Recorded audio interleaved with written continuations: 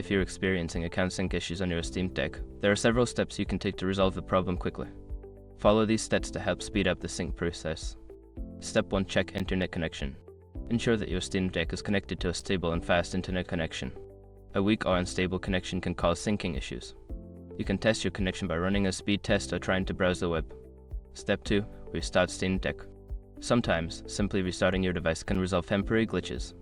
Power off your Steam Deck completely, wait a few seconds, and then turn it back on to refresh the system. Step 3. Update Steam Client. Make sure your Steam client is up to date.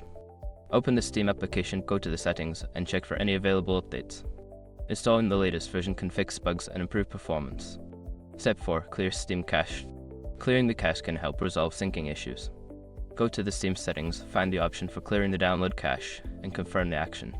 This will not affect your games or account, but may require you to log in again. Step 5. Relog into your account. If the issue persists, try logging out of your Steam account and then logging back in.